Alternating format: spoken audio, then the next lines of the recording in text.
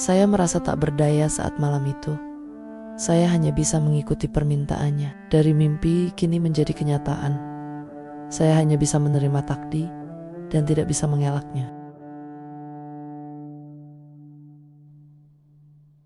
Langit Jawa Timur memerah saat senja, menyapu sawah yang menghijau dengan cahaya keemasan. Di tengah ladang, Aulia duduk di atas batu tua, tangannya memeluk lutut. Angin sore berbisik lembut, membawa aroma tanah basah dan padi yang mulai menguning. Ia menghela napas. Malam ini, ia tahu, mimpi itu akan datang lagi. Mimpi yang sama selama 7 malam berturut-turut, gurun tak berujung. Langit merah, seperti terbakar. Di kejauhan, menara batu hitam menjulang, dihiasi ukiran Arab kuno yang tak pernah ia lihat. Suara doa menggema, bukan dalam bahasa yang ia pahami, tapi getarannya menyentuh tulang belakangnya. Dan selalu ada seorang lelaki berjubah putih berdiri di puncak menara menatapnya, tanpa bicara, tanpa gerak, hanya menatap, seolah tahu ia akan datang. Aulia, panggil ibunya dari rumah kecil di tepi desa. Surat dari Arab lagi. Mereka bilang, calon suamimu ingin segera menikah. Aulia menoleh, jantung berdebar. Ia belum pernah melihat wajah Syekh Khalid Al-Muntakim. Hanya foto tua dalam bingkai kayu, lelaki berjanggut putih, matanya tajam seperti elang. Usianya lebih dari 70. Katanya, kaya, alim, dan berasal dari gurun Hijaz. Tapi bukan hartanya yang membuat desa terguncang, melainkan cara utusannya. Datang, diam-diam, tanpa pemberitahuan, membawa surat yang menyebut nama lengkap Aulia, termasuk hari dan jam kelahirannya. Ini jodoh dari Allah. Nak, kata ayahnya malam itu, sambil menyalakan pelita. Dia ulama besar. Menikahinya adalah anugerah. Tapi Aulia tak merasa dianugerahi. Ia merasa dipanggil, dan panggilan itu menakutkan. Malam itu, sebelum tidur, ia berdoa, Ya Allah, jika ini memang takdirmu, beri aku keberanian. Tapi jika ini salah, hentikan aku sebelum terlambat. Dan mimpi itu datang lagi. Kali ini, lelaki berjubah menyentuh dahinya. Dunia runtuh. Ia mendengar satu kalimat dalam bahasa yang asing, tapi jelas di hatinya. Wahai yang terpilih, waktu telah tiba. Aulia terbangun, napas tersengal. Ayam jantan berkokok. Fajar menyingsing di meja kesel. Surat dari Arab masih tergeletak. Segelnya berbentuk bulan sabit dan bintang lambang yang sama seperti yang ia lihat di menara dalam mimpinya. Ia tahu tidak ada jalan pulang. Perjalanan telah dimulai. Pesawat mendarat di bandara kecil yang dikelilingi gurun. Udara panas menghantam wajah Aulia segera setelah pintu terbuka. Di luar terminal, tak ada keramaian kota. Hanya konvoi mobil mewah berwarna hitam mengilat dengan pengawal berseragam gelap, berdiri tegak seperti patung. Salah satu dari mereka membungkuk, lalu menyodorkan jilbab berwarna biru tua bukan hitam, seperti yang biasa dikenakan di sana. Ini dari Syekh Khalid, katanya datar. Beliau meminta Anda mengenakannya saat tiba. Aulia menatap jilbab itu. Benangnya halus, dihiasi sulaman emas yang membentuk pola bintang dan bulan sama, seperti dalam mimpinya. Ia mengenakannya dengan tangan gemetar. Rasanya bukan hanya kain, seperti jubah yang menuntun takdir. Konvoi melaju jauh ke dalam gurun selama 4 jam, tanpa henti. Di kejauhan, sebuah kota kuno muncul dari balik bukit pasir bukan modern, bukan tua, tapi seperti terhenti di waktu yang tak bisa dijelaskan. Dinding batu berusia ribuan tahun, masjid dengan kubah kristal, dan menara yang menjulang tinggi, persis seperti dalam mimpinya. Menara itu benar-benar ada. Upacara pernikahan digelar di halaman dalam istana batu, diterangi cahaya obor dan bintang yang bersinar terang di langit malam. Tak ada musik, hanya bacaan ayat suci dan doa-doa dalam nada rendah. Aulia berdiri di samping Syekh Khalid, merasa seperti boneka yang dipajang. Ia tak bisa melihat wajahnya dengan jelas karena cahaya obor yang berkedip atau karena matanya sendiri yang kabur oleh rasa takut. Khalid berbicara dengan suara dalam, tenang, seperti gema dari dalam gua. Aku menerima kamu sebagai istriku di hadapan Allah dan saksi-saksi ini. Aulia mengulang kalimat itu. Suaranya nyaris tak terdengar. Ia tak mencintainya. Ia bahkan tak mengenalnya. Tapi di dalam hatinya, sesuatu bergetar seperti tanah yang retak sebelum gempa. Malam berlalu. Tamu-tamu pergi. Ia dibawa ke kamar pengantin. Ruangan besar dengan lantai marmer hitam. Dinding yang diukir dengan ayat-ayat kuno. Dan sebuah tempat tidur rendah yang ditutupi kain sutra merah gelap. Aroma dupa menyebar wewangian yang sama seperti dalam mimpinya. Aulia duduk di tepi ranjang. Jilbab masih menutupi kepalanya. Ia menunggu. Menunggu apa yang harus terjadi di malam pertama. Tapi Khalid tidak datang untuk menyentuhnya. Ia masuk perlahan. Jubahnya berkibar seperti asap. Matanya yang tajam menatap Aulia. Bukan sebagai suami pada istri, tapi seperti penjaga pada sesuatu yang sangat berharga atau sangat berbahaya. Aulia, dari desa Kertosari, ujarnya. Suaranya bergema. Di ruangan sunyi, kau bukan istriku. Kau bukan milikku. Kau adalah yang ditunggu selama 1000 tahun. Aulia menahan napas. Aku bukan meminangmu karena cinta atau karena harta. Aku meminangmu karena mimpi, karena penglihatan, karena takdir yang telah digoreskan sejak sebelum dunia ini lahir. Ia mendekat, lalu berlutut di depannya bukan memohon, tapi menghormat. Kau adalah pewaris, aku hanyalah penjaga terakhir, dan malam ini kau harus tahu siapa dirimu sebenarnya. Aulia ingin berteriak, ingin lari, tapi kakinya terasa seperti tertanam di lantai. Khalid mengulurkan tangan, dan di telapaknya, ia letakkan sebuah cincin dari batu hitam yang berkilau seperti bintang mati. Kau bukan Aulia yang pertama. Kau adalah Aulia yang kembali. Dan kau harus siap karena warisan Al-Muntakim tidak meminta izin. Ia hanya datang, dan ia tidak akan pergi lagi. Angin berhembus kencang dari jendela terbuka. Hanya cahaya bulan yang tersisa. Dan di dalam gelap, Aulia merasakan sesuatu di dadanya, bukan cinta, bukan takut, tapi kenangan. Kenangan yang bukan miliknya. Seolah ia pernah berdiri di tempat ini. Seolah ia pernah mendengar kata-kata ini. Seolah ia pernah mati dan bangkit kembali untuk yang ke-7 kalinya. Fajar menyingsing di atas gurun. Tetapi Aulia belum tidur. Ia duduk di lantai kamar. Cincin hitam masih di genggamannya. Dingin seperti es. Meskipun udara di luar sudah mulai panas. Kata-kata Syekh Khalid bergema di kepalanya. Kau adalah Aulia yang kembali. Apa artinya? Apakah ia gila? Atau memang mimpi-mimpinya bukan sekadar mimpi? Pintu terbuka perlahan. Khalid masuk. Kini mengenakan jubah sederhana dari kain kasar. Bukan kemewahan seperti sebelumnya. Ia membawa sebuah kitab tua, dibungkus kain ungu, dan diikat dengan tali emas. Kau ingin tahu siapa Al-Muntakim? Tanyanya. Suaranya lebih lembut dari malam tadi, tapi tetap berat seperti batu. Aulia mengangguk pelan. Mulutnya kering. Al-Muntakim bukan nama keluarga, bukan gelar kehormatan. Ia adalah tugas. Sapul warisan spiritual yang telah dijaga selama lebih dari 3000 tahun sejak zaman Nabi Idris. Sebelum Fir'aun membangun piramidanya, Al-Muntakim adalah penjaga kitab Al-Nihayah. Naskah yang bukan hanya berisi ilmu, tapi kekuatan untuk melihat akhir, memahami takdir, dan menjaga keseimbangan antara dunia nyata dan alam gaib.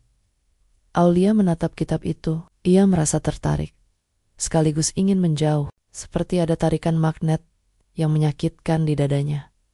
Setiap pewaris muncul saat dunia berada di ambang kehancuran. Mereka dipilih bukan karena ilmu, bukan karena keturunan, tapi karena jiwa mereka pernah memikul beban ini sebelumnya. Khalid menatapnya dalam-dalam. Kau bukan wanita pertama bernama Aulia yang aku bawa ke sini. Dalam sejarah, ada 6 lainnya. Di Andalusia abad ke-12, seorang tabib perempuan yang menyembuhkan wabah dengan doa. Di Persia abad ke-8, seorang penyair yang menulis syair terlarang yang bisa membuka pintu dimensi lain. Bahkan di Mesir kuno, seorang pendeta perempuan yang dikubur hidup-hidup karena menolak menyembah berhala.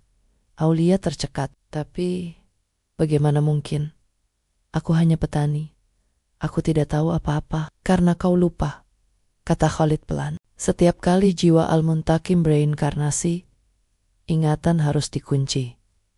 Hanya bisa dibuka saat pewaris menerima takdirnya. Mimpi-mimpimu bukan kebetulan. Itu adalah panggilan dari jiwa yang sama yang pernah berdiri di menara ini. Yang pernah mengucapkan mantra pertama. Yang pernah menangis saat dunia terbakar. Ia membuka bungkusan kitab. Di dalamnya, lembaran kertas dari bahan yang tak dikenal, bukan kertas, bukan kulit, tapi sesuatu yang mengilap seperti logam cair. Tulisannya bergerak perlahan, seolah hidup. Kitab ini hanya bisa dibaca oleh yang terpilih. Dan malam ini, kau akan melihat masa lalumu. Khalid menempatkan tangan Aulia di atas kitab. Sentuhlah, jangan takut. Aulia menarik napas. Jari-jarinya menyentuh permukaan dingin itu. Seketika, dunia runtuh. Ia melihat dirinya tapi bukan dirinya. Di Andalusia, mengenakan jubah biru. Tangannya menyentuh dahi seorang anak yang sekarat. Cahaya keemasan keluar dari ujung jarinya. Di Persia, ia berdiri di tengah pasar, membacakan syair yang membuat langit berubah warna. Di Mesir, ia berdiri di depan patung besar, menolak berlutut, sementara pasukan menyeretnya ke lubang bawah tanah. Dan di setiap akhir hidupnya ia mati, sambil berdoa, sambil memanggil nama Al-Muntakim. Aulia menarik tangan, terjatuh ke lantai, napasnya tersengal. Air mata mengalir deras. Mengapa aku? Bisiknya. Suaranya patah. Mengapa harus aku lagi? Khalid berlutut di sampingnya. Karena dunia, sekali lagi, berada di ambang kehancuran. Karena keseimbangan mulai goyah. Dan karena musuh kita Azrail Al-Dajjal telah bangkit dari kutukannya, ia tahu kau datang. Ia akan mencoba menghancurkanmu sebelum kau menerima kekuatan penuh. Aulia mengangkat wajahnya. Matanya penuh ketakutan dan kemarahan. Aku tidak mau ini. Aku ingin pulang. Aku ingin hidup seperti dulu di sawah. Dengan keluargaku. Tanpa semua ini. Khalid mengangguk. Aku tahu, tapi takdir bukan sesuatu yang bisa ditolak. Ia hanya bisa diterima atau dihancurkan olehnya. Ia berdiri, lalu berkata pelan. Pelajaran pertamamu dimulai besok. Karena aku tidak akan hidup lama. Dan ketika aku mati, kekuatan Al-Muntakim akan mengalir padamu. Kau harus siap. Aulia menatapnya. Dan untuk pertama kalinya, ia melihat bukan seorang syekh kaya, bukan suami yang menakutkan, tapi seorang penjaga tua yang lelah, yang telah menunggu selama puluhan tahun hanya untuk menemukan dirinya. Dan di dalam hatinya, meski ia masih menolak, sesuatu mulai berubah. Seperti benih yang retak di tanah kering. Seperti jiwa yang mulai ingat siapa dirinya sebenarnya. Matahari belum sepenuhnya naik ketika Aulia dipanggil ke ruang bawah tanah, istana sebuah lorong sempit yang tersembunyi di balik dinding masjid. Turun jauh ke dalam perut bumi. Tangga berliku terbuat dari batu hitam yang dingin, dihiasi ukiran-ukiran aneh. Simbol bintang 8, mata yang terbuka, dan kalimat dalam bahasa yang tak pernah ia lihat. Udara di sana berat, seolah mengandung suara yang tak terdengar.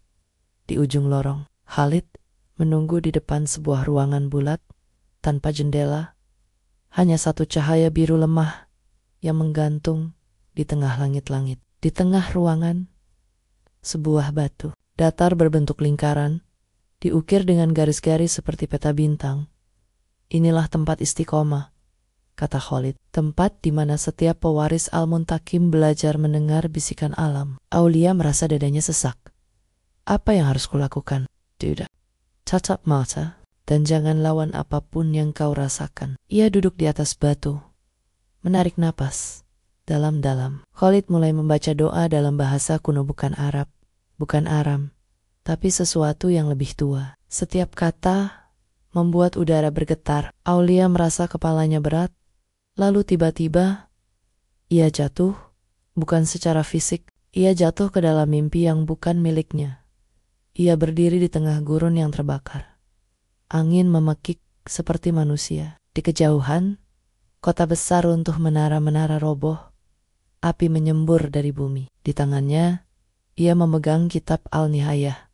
Terbuka, ia membaca satu ayat, dan dari mulutnya keluar cahaya yang membekukan waktu selama 3 detik. Cukup untuk menyelamatkan seorang anak dari reruntuhan. Tapi kemudian, dari Beonggen, muncul sosok berjubah merah. Matanya menyala seperti bara. Ia menyebut nama Aulia, tapi bukan dengan suara manusia.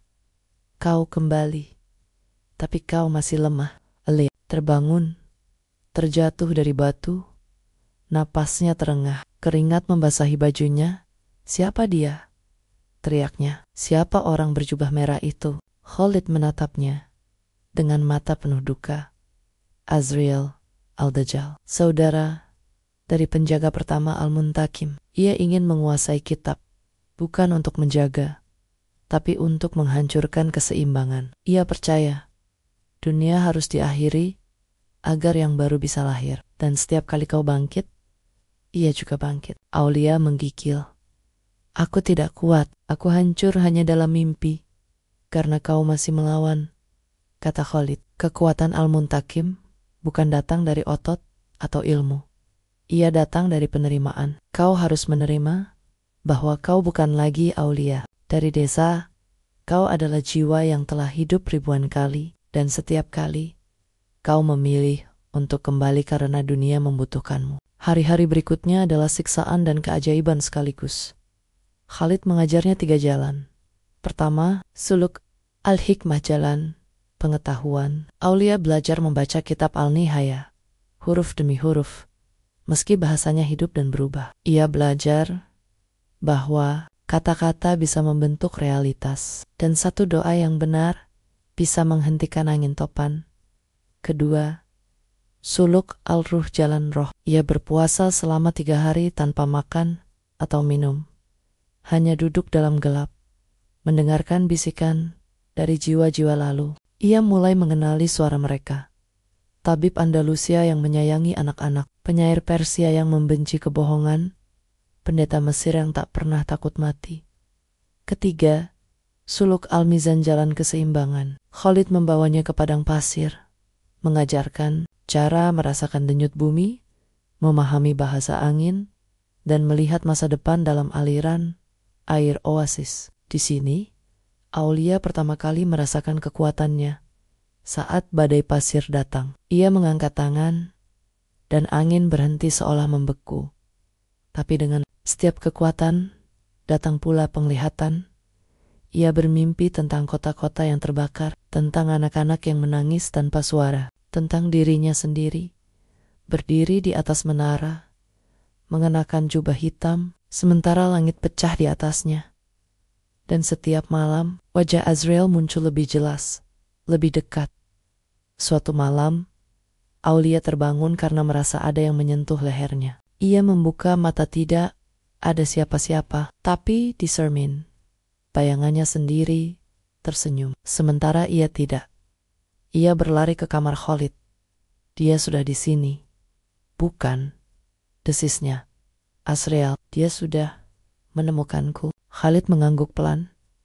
Ia tidak perlu datang secara fisik. Ia bisa masuk lewat ketakutanmu, dan kau masih takut, Aulia. Kau masih menolak siapa dirimu. Aku manusia. Aku bukan dewa. Aku tidak lahir untuk ini. Tidak, kata Khalid, suaranya tajam. Tapi kau dipilih untuk ini. Dan jika kau tidak bangkit, dunia akan jatuh ke dalam kekacauan yang bahkan mimpi tidak bisa gambarkan. Beberapa hari kemudian, Khalid jatuh sakit, demam tinggi, kulitnya pucat, napasnya berat. Ia tahu waktunya hampir tiba. Pelajaran terakhir, bisiknya, sambil menatap Aulia. Kekuatan Al-Muntakim tidak akan diberikan. Ia harus diambil saat aku mati. Kau harus masuk ke ruang suci, menyentuh peti kitab dan berkata, aku menerima takdirku. Jika kau ragu, bahkan 1 detik, warisan ini akan padam selamanya. Aulia menangis.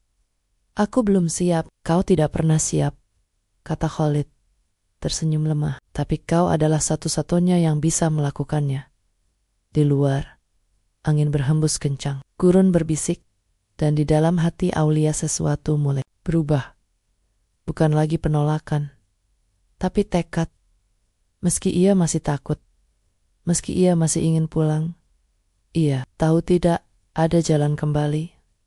Al-Muntakim harus bangkit lagi. Hari-hari berlalu, dan keadaan Syekh Khalid semakin memburuk. Demamnya tidak kunjung turun, meski para tabib spiritual dari seluruh Hijaz datang membawa ramuan kuno dan doa-doa terlarang. Tapi Aulia tahu ini bukan penyakit biasa. Ini tubuh Khalid telah menjadi bejana bagi energi Al-Muntakim selama puluhan tahun. Dan kini, saat waktunya tiba untuk menyerahkan warisan, tubuhnya tidak sanggup menahan beban lagi. Di tengah malam, Aulia duduk di samping ranjangnya, memegang tangan sang syekh yang dingin. Aku takut, bisiknya. Aku takut gagal. Aku takut. Jadi dia, Khalid membuka matanya perlahan. Sorotnya masih tajam, meski tubuhnya rapuh. Kau bukan takut jadi Al-Muntakim, ujarnya pelan. Kau takut kehilangan dirimu. Tapi dengar baik-baik, kau tidak kehilangan apapun. Kau hanya mengingat. Sebelum Aulia sempat menjawab, gemuruh tiba-tiba mengguncang istana. Bukan gempa, bukan angin topan. Ini seperti suara dari dalam bumi raungan yang bukan milik dunia nyata. Lampu minyak padam satu persatu. Udara menjadi tebal siala turise. Asap hitam yang tidak terlihat. Khalid mendadak duduk. Matanya membelalak. Dia datang. Azrael. Dia tahu waktuku hampir habis. Dari luar, teriakan pengawal terdengar lalu terpotong tiba-tiba. Aulia berdiri. Jantung berdegup kencang. Di kegelapan koridor, sesuatu bergerak. Bukan manusia. Bayangan-bayangan panjang menjalar di dinding seperti tinta hidup. Membentuk sosok-sosok dengan mata merah dan mulut yang terlalu lebar. Jangan lawan mereka dengan kekuatan, bisik Khalid. Lawan dengan kenyataan. Aulia mengerti. Ia menatap mata, mengingat ajaran suluk al-mizan. Keseimbangan bukan tentang menghancurkan, tapi tentang mengungkap. Ia menarik napas, lalu berbisik dalam bahasa kuno yang baru saja dipelajarinya. La ila ila ija ala syayakuku. La ruja ija al-nur. Tidak ada yang nyata kecuali kebenaran. Tidak ada penglihatan kecuali cahaya. Cahaya biru meledak dari dadanya, memenuhi ruangan. Bayangan itu menjerit, terbakar seperti kertas di api, dan menguap menjadi asap. Tapi kemenangan itu singkat. Di ujung koridor, muncul sosok yang lebih tinggi dari manusia biasa. Berjubah merah tua, wajahnya tersembunyi di balik kain yang bergerak. Seperti hidup, matanya menyala bukan merah, tapi hitam pekat, seperti lubang yang menghisap cahaya. Azrael al-Dajjal. Ia tidak berjalan, ia menggeser. Seperti bayangan yang melompat dari satu tempat ke tempat lain, udara membeku. Aulia merasa dadanya remuk, seolah paru-parunya diperas. Wahai yang terus kembali, suaranya bergema, bukan dari mulut, tapi dari segala arah. Kau datang lagi dengan wajah baru, dengan hati yang masih lemah. Kau pikir kau penjaga. Kau hanyalah penundaan. Dunia harus berakhir. Dan kali ini, aku tidak akan membiarkanmu menghentikanku. Khalid berusaha bangkit, tapi tubuhnya ambruk. Dan sisa tenaga. Ia menggenggam tangan Aulia. Biarkan dia masuk ke dalam pikiranmu. Dia hidup dari ketakutan. Azrael tertawa suara yang membuat batu retak. Aku tidak butuh masuk. Aku sudah ada di sana. Aku ada di setiap mimpi buruknya. Aku ada di setiap keraguan. Bahkan sekarang dia masih ingin lari. Masih ingin jadi petani di sawah. Masih ingin menjadi manusia biasa. Aulia mengepalkan tangan. Air mata mengalir, tapi kali ini bukan dari ketakutan melainkan amarah. Aku memang ingin pulang, katanya. Suaranya gemetar, tapi tegas. Aku ingin melihat ibuku duduk di bawah pohon rambutan, mendengarkan suara kodok di sawah. Tapi aku juga tahu aku tidak bisa, karena jika aku lari, kau akan membakar dunia. Dan aku tidak akan biarkan itu terjadi. Ia mengangkat tangan, mencoba memanggil cahaya lagi, tapi Azrael mengangkat jari, dan Aulia terlempar ke dinding, seolah ditendang raksasa. Tulang rusuknya retak, darah mengalir dari sudut mulutnya. Khalid berteriak, lalu dengan kekuatan terakhirnya, ia melantunkan doa penjaga ayat-ayat dari kitab Al-Nihayah yang membuat lantai retak dan cahaya emas menyembur dari bawah tanah. Azrael terhuyung, bayangannya terkoyak. Larilah, Aulia, teriak Khalid ke ruang suci. Jangan tunggu aku mati, jangan biarkan warisan ini padam. Aulia menyeret dirinya. Napas tersengal, tulangnya terasa seperti pecah. Ia merangkak melalui koridor yang runtuh. Bayangan Azrael mengejarnya dari segala arah. Ia melihat wajah-wajah dari masa lalunya Aulia, Andalusia yang terbakar. Aulia Persia yang dipenggal. Aulia Mesir yang dikubur hidup-hidup. Semuanya menatapnya, berteriak dalam diam. Bangkit, bangkit, bangkit. Ia tiba di ruang bawah tanah ruang. Istiqomah. Di tengah, peti kristal berisi kitab Al-Nihayah mulai bergetar. Cahayanya redup, seolah kehilangan nyawa. Aulia berdiri dengan susah payah. Darah mengalir dari hidungnya. Tubuhnya hancur, tapi matanya menyala. Ia menyentuh peti dan berbisik, "Aku menerima takdirku." Tidak ada ledakan, tidak ada cahaya menyilaukan, hanya satu detik hening. Lalu, dari kejauhan, suara Khalid terdengar tenang, damai. "Selamat datang kembali, Al-Muntakim." Dan di dalam dada Aulia, sesuatu yang besar, yang sangat tua, yang pernah mati ribuan kali, kembali bernapas. Saat Aulia mengucapkan, "Aku menerima takdirku," dunia di sekitarnya berhenti. Bukan berhenti dalam arti waktu terhenti, tapi seolah seluruh alam semesta menghela napas, menunggu. Peti kristal di depannya bergetar. Retakan kecil muncul di permukaannya seperti jaring laba-laba, lalu meledak dalam ledakan cahaya biru keperakan yang tidak hangat, tidak dingin, tapi hidup. Cahaya itu bukan datang dari luar, melainkan dari dalam bumi, dari dalam dinding, dari dalam darah Aulia sendiri. Kitab Al-Nihayah melayang keluar, terbuka sendiri. Lembaran-lembarannya bukan lagi diam, mereka berputar, mengambang, seperti daun dalam angin tak kasat mata. Huruf-hurufnya menari, bergabung menjadi aliran cahaya yang membentuk lingkaran di atas kepala Aulia. Dan kemudian, ia melihat bukan dengan mata, tapi dengan jiwa.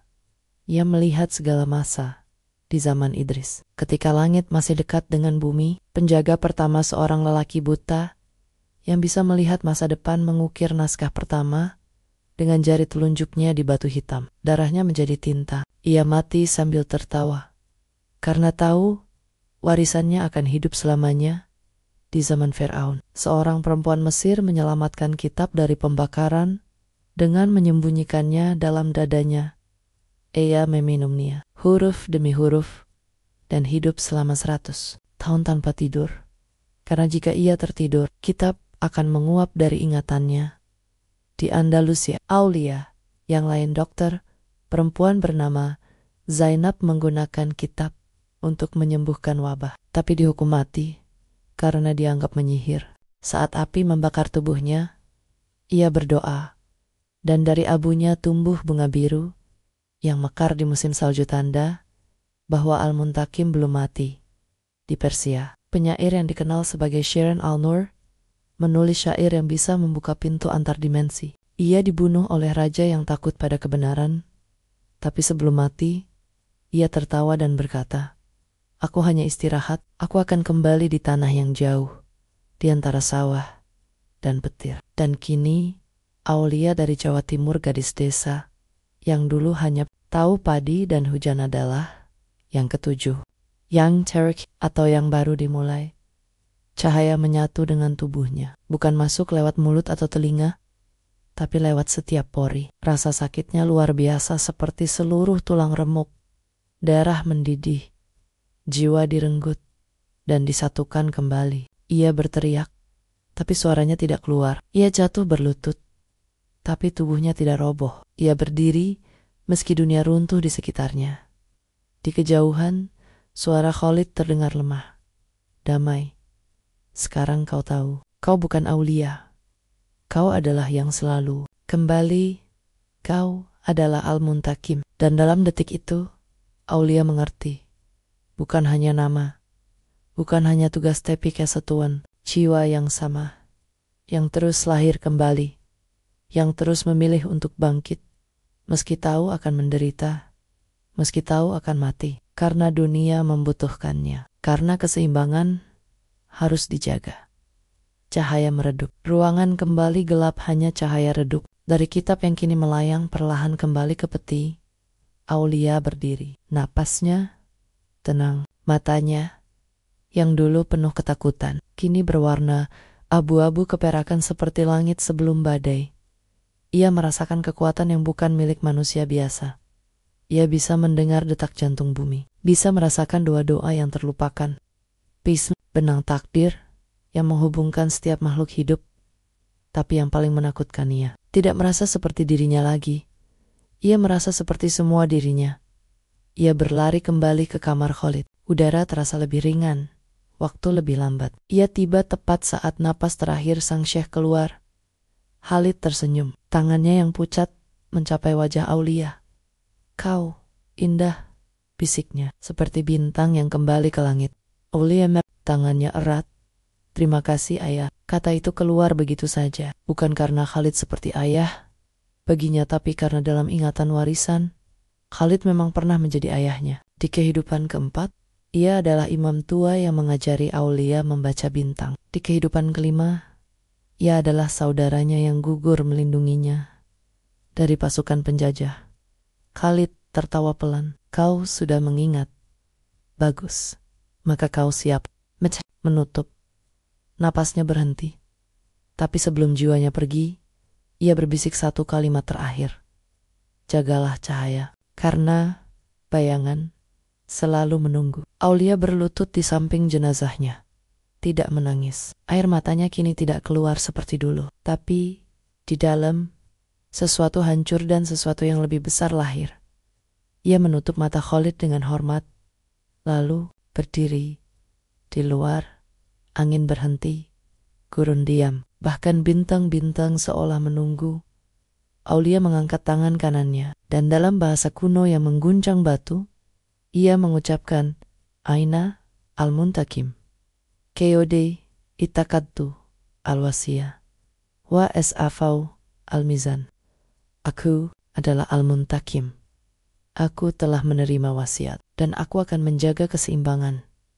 Tanah bergetar. Dari bawah istana, cahaya biru menyembur ke langit, membentuk kolom cahaya yang bisa dilihat dari seluruh Hijaz. Di desa-desa terpencil, orang-orang keluar dari rumah, menatap ke langit, merasa damai tanpa tahu alasannya. Di dalam ruang suci, kitab Al-Nihayah menutup sendiri. Peti kristal menyatu kembali, lebih kuat dari sebelumnya. Aulia berjalan perlahan ke menara tertinggi istana. Ia mengenakan jubah hitam yang ditinggalkan Khalid, tapi saat ia memakainya, sulamannya berubah. Bintang-bintang di pinggirannya mulai bercahaya, membentuk konstelasi yang tidak ada di langit manapun.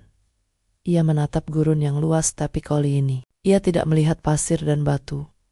Ia melihat jaring takdir, benang-benang cahaya yang menghubungkan setiap makhluk, setiap peristiwa, setiap mimpi. Dan di antara jaring itu, satu benang berwarna merah gelap bergerak menuju timur. Azrael belum mati. Ia kabur, tapi ia akan kembali. Dan Aulia yang bukan lagi hanya Aulia tahu bahwa pertempuran sebenarnya belum dimulai. Ia menutup mata. dan berbisik, "Aku siap." Angin berhembus lagi, tapi kali ini bukan membawa debu, melainkan janji. Matahari belum terbit, tapi gurun sudah panas. Angin berhembus kencang dari arah timur, membawa debu yang berkilat seperti abu dari api yang belum padam. Di puncak menara Al-Muntakim, Aulia berdiri, jubah hitamnya berkibar tanpa sentuhan angin. Matanya tertutup, tapi ia melihat lebih jelas dari sebelumnya. Ia merasakan getaran di bawah tanah, langkah-langkah bayangan yang mendekat. Azrael tidak datang sendiri. Ia membawa bala tentara gaib makhluk yang terbentuk dari dosa, penyesalan, dan mimpi yang diracuni. Kitab Al-Nihayah telah berbicara malam sebelumnya. Suaranya bergema dalam tidurnya. Pertempuran bukan di medan perang, tapi di hati. Jika kau menang di dalam, kau akan menang di luar. Aulia tahu artinya. Azrael bukan hanya musuh fisik. Ia adalah bayangan dari semua ketakutan, semua keraguan, semua keinginan untuk menyerah yang pernah menghantuinya. Jika ia tidak menghadapinya, sekarang warisan Al-Muntakim akan runtuh sebelum sempat berdiri. Pagi itu, pengawal istana melaporkan, oasis di sebelah timur telah mengering dalam satu malam. Pohon kurma mati mendadak, dan di pasir terukir kalimat dalam bahasa kuno. Tidak ada penjaga yang abadi, hanya akhir yang kekal. Aulia tidak ragu. Ia turun dari menara, mengenakan jubah lengkap, membawa tongkat dari kayu zaitun kuno warisan. Dari Khalid, di ujungnya, batu hitam yang sama dengan cincin pemberian sang syekh bercahaya redup. "Kalian tetap di sini," katanya pada para penjaga. "Ini bukan pertempuran kalian. Ini adalah ujian yang harus kujalani sendiri." Ia sendiri ke gurun, tanpa unta, tanpa air, tanpa senjata, selain keyakinan dan kitab yang kini hidup di dalam darahnya. Angin membelok mengikutinya, seolah alam sendiri memberi jalan. Di tengah gurun, Azrael menunggu. Ia berdiri di atas bukit pasir yang tidak pernah ada di peta, dikelilingi oleh patang-patang hitam wujud dari jiwa-jiwa yang pernah dikorupsi olehnya. Matanya hitam pekat, tapi kali ini ada sesuatu yang berbeda. Keraguan. Ia tahu Aulia telah berubah. Ia bukan lagi gadis yang takut. Ia adalah Al-Muntakim yang utuh. "Kau datang sendiri?" tawa Azrael. Suaranya menggema seperti gempa kecil. "Apakah kau ingin mati dengan cepat?" Aulia berhenti 50 langkah darinya. "Aku datang bukan untuk membunuh. Aku datang untuk membebaskanmu." Azrael tertawa keras, sampai pasir di sekitarnya terangkat. "Bebaskan aku. Aku bukan tahanan. Aku adalah kebenaran yang kau sembunyikan. Kau menyebut dirimu penjaga keseimbangan, tapi kau menolak akhir. Dunia ini busuk, penuh dusta dan penderitaan. Ia layak dibakar." "Mungkin," kata Aulia. Suaranya tenang. "Tapi bukan kau yang berhak memutuskan. Kau bukan pembawa akhir. Kau hanya bayangan dari saudara yang terlalu lama terjebak dalam dendam." Azrael membeku. Wajahnya berkerut. "Jangan sebut namaku. Jangan sebut masa laluku. Aku tahu siapa kau."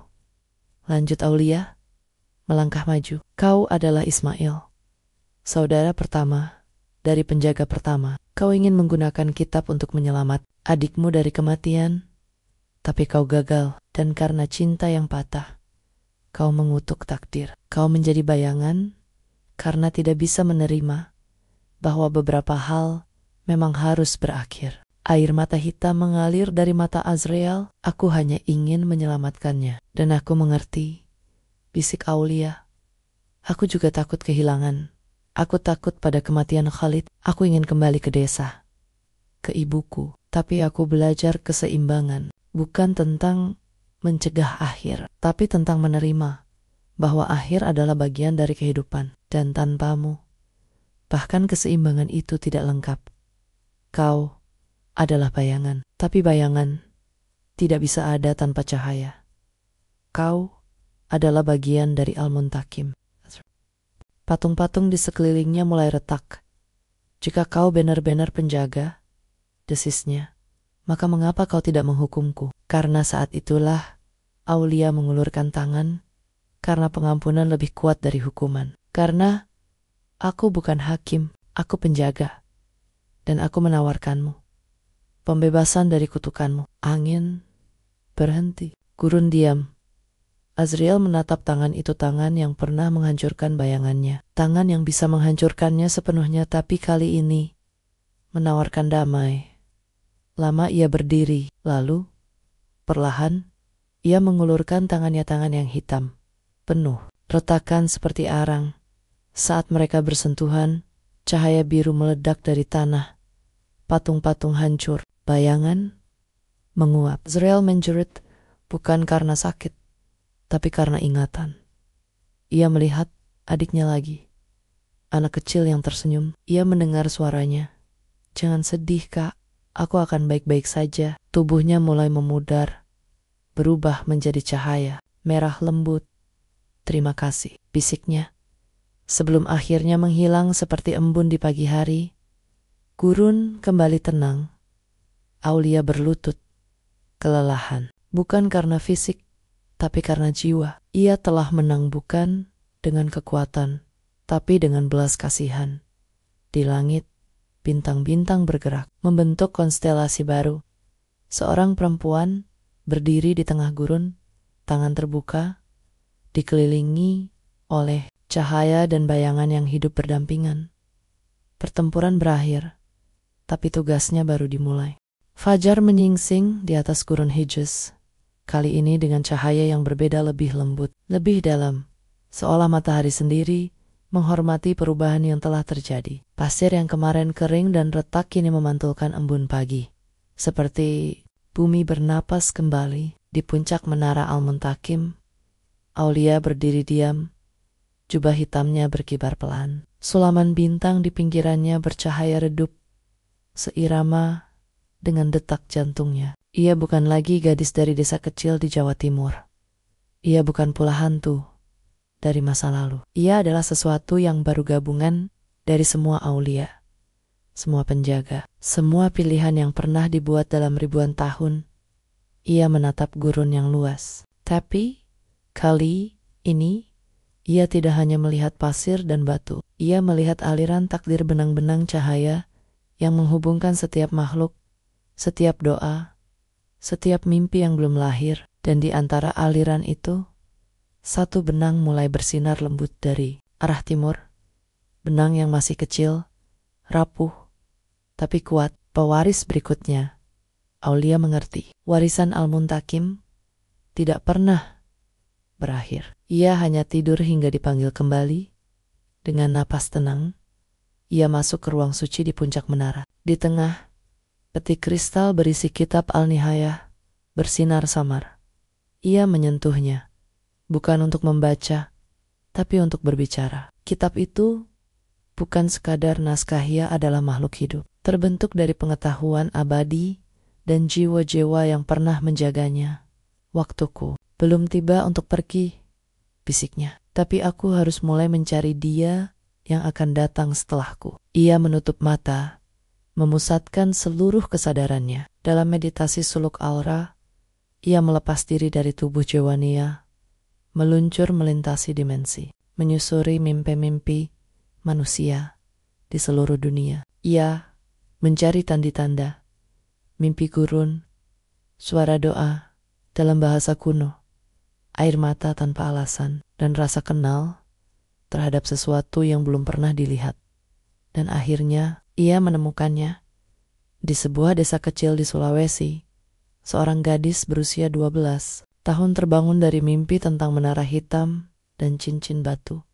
Ia tidak tahu artinya. Ia hanya merasa dipanggil. Ia menangis setiap malam, bukan karena sedih, tapi karena rindu, padahal ia tidak tahu pada siapa. Aulia tersenyum. Aku akan menunggumu, bisiknya. Tapi jangan datang terlalu cepat. Nikmati masa mudamu. Karena saat kau datang, kau tidak akan bisa kembali. Beberapa minggu kemudian, surat dikirim ke Jawa Timur. Bukan melalui pos, tapi dibawa oleh seorang pengembara tua yang tiba-tiba muncul di depan rumah keluarga Aulia, mengenakan jubah sederhana dan membawa amplop dari kertas yang tidak dikenal tebal, berkilau, dan berbau dupa. Ibunya membuka surat itu dengan tangan gemetar. Ibu dan ayah yang kucintai, aku baik-baik saja. Aku tidak mati. Aku tidak hilang. Aku hanya sedang menjalani takdir yang lebih besar dari yang pernah kubayangkan. Aku tidak bisa pulang seperti dulu, tapi hatiku selalu bersamamu. Setiap kali kau melihat padi bergoyang di angin, itu adalah salamku. Setiap kali kau mendengar hujan turun di malam hari, itu adalah doaku. Aku bukan lagi hanya Aulia. Aku adalah penjaga. Aku adalah penerus. Aku adalah Al-Muntakim. Tidak ada yang perlu kau takutkan, karena aku sekarang bisa melindungi lebih dari satu desa. Aku melindungi dunia. Cintaku selamanya.